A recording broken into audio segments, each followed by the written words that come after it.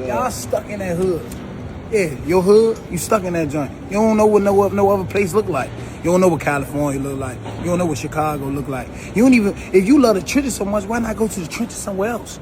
You feel me? This is what's wrong with y'all. Y'all stuck in one spot and y'all feeling like that's all y'all got. But it's a world full of things out here. We're about to go explore other places, other opportunities. I'm trying to motivate you to go ahead and want to explore those other places and those other opportunities.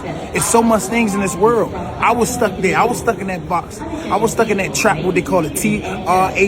It's the trap for real because they want to keep you there and they want to keep your mind locked up.